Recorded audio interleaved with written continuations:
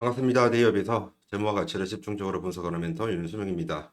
이번 할 종목은 네오티스이고요. 네오티스 같은 경우에는 전방 산업 쪽에 회복세가 있었습니다. 그런 부분이 주효가 되었고요. 그런 부분이 정치 상승에 기여를 좀 한 부분도 있습니다. 오늘 그 2분기 실적이랑 재무지표 주가 간의 관계를 말씀드릴 거예요. 이번에 2분기 실적을 보면 그 재무지표와 연관시켜서 주가 흐름을 좀 조금이라도 예측을 할 수 있는 그런 부분이 있거든요. 그 다음에 이제 차트와 수급을 확인해 보도록 하겠습니다. 저는 간단한 기사 하나 볼게요. 전방산업의 회복세가 주요한 그런 내용을 적은 기사거든요. 네오지스 같은 경우에 상반기 영업이익이 전년도 대비로 봤었을 때 930% 정도 늘어났습니다. 이 수치는 제가 잠시 뒤에 보여드릴 테니까 이 수치만 기억해 주시면 되고요. 많이 좋아졌다. 이 부분만 보면 되는 거고요. 그리고 전장 사업이 그중에서 전장 사업이 신호탄이었다고 적혔죠. 기사 좀 볼게요.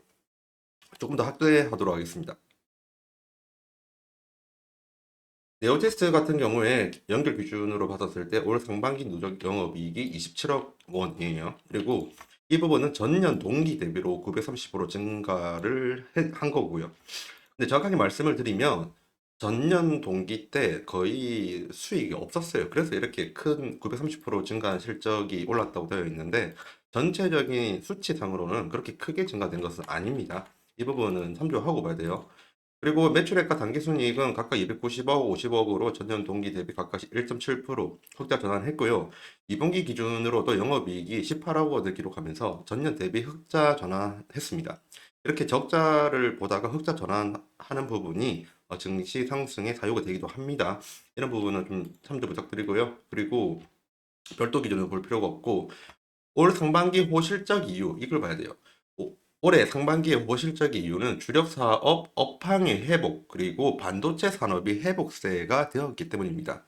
전방 산업이 이제 반도체 산업이라는 거죠. 특히 마이크로비트와 샤프트 업계의 경쟁사가 사업을 철수하면서 네오테스가 반사 이익을 본 부분이 있습니다.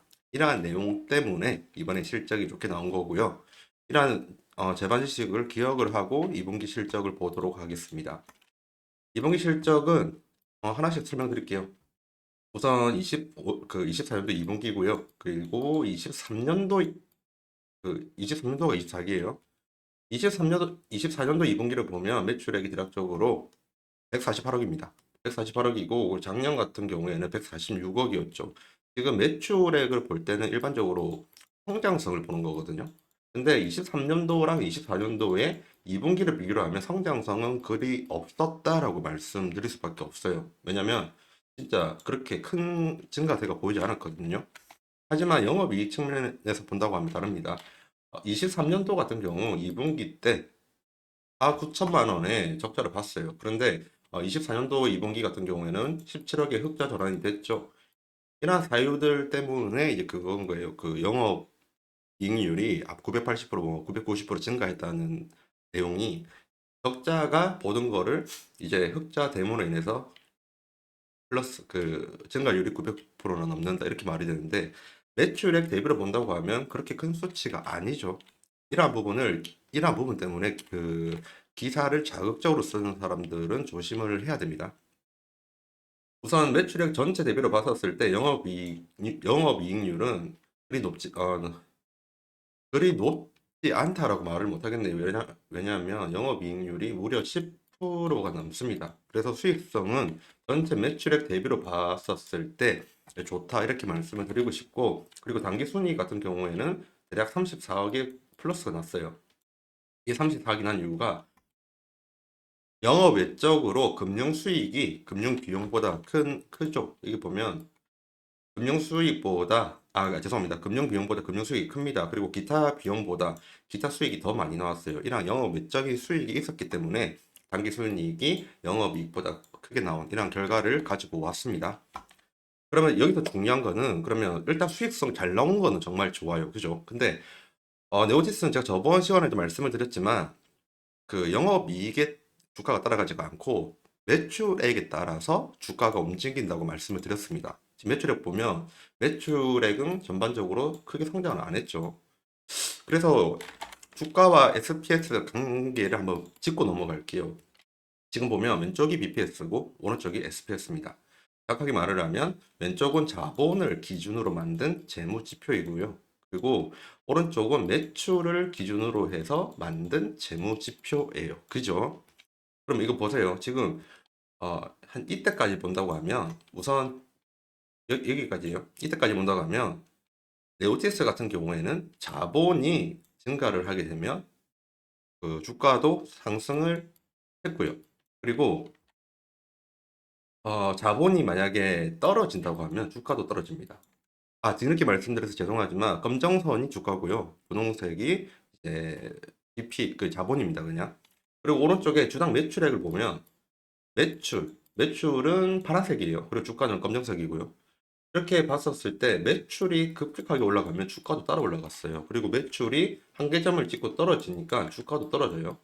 완벽한 일치 관계를 이루고 있습니다. 한마디로 지금 네오티스 같은 경우에는 매출액이 늘어나야지만 주가가 올라갈 확률이 있는 그런 업체예요. 재무지표를 봤었을 때는요. 그런 내용으로 본다고 하면 이번에 그 2분기 실적이 매출이 좀 더 잘 나오는 게 좋지 않았을까 하는 아쉬움이 조금은 있습니다. 하지만 그 좋은 부분도 있어요. 좋은 부분은 저평가 구간이라서 그래요. 처음 보시는 분들을 위해서 PBR 밴드랑 PSR 밴드에 대해서 대략적으로 설명드릴게요. 알기 쉽게.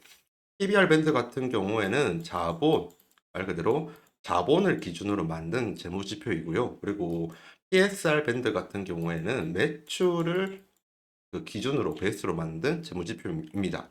위에 있는 밴드 상단이 있고요. 밴드의 하단이 있어요. PSR 밴드도 마찬가지로 상단이 있고 하단이 있죠. 그런데 지금 표본이 잘 잡혀 있는 거는 PSR 밴드보다는 PBR 밴드예요. 왜냐하면 지금 PSR 밴드대로 주가가 흘러갔다고 하면 여기까지는 일치가 돼요. 근데 2022년 1월부터 밴드의 주파수가 잡히지 않습니다. 정말 표본이 잘 잡혔다고 하면 주가의 움직임은 이런 식으로 가야 돼요. 어떤 느낌인지 알겠죠? 그래서 PBR 밴드, 지금 그 밴드 내부에서 주가가 잡혀 있습니다.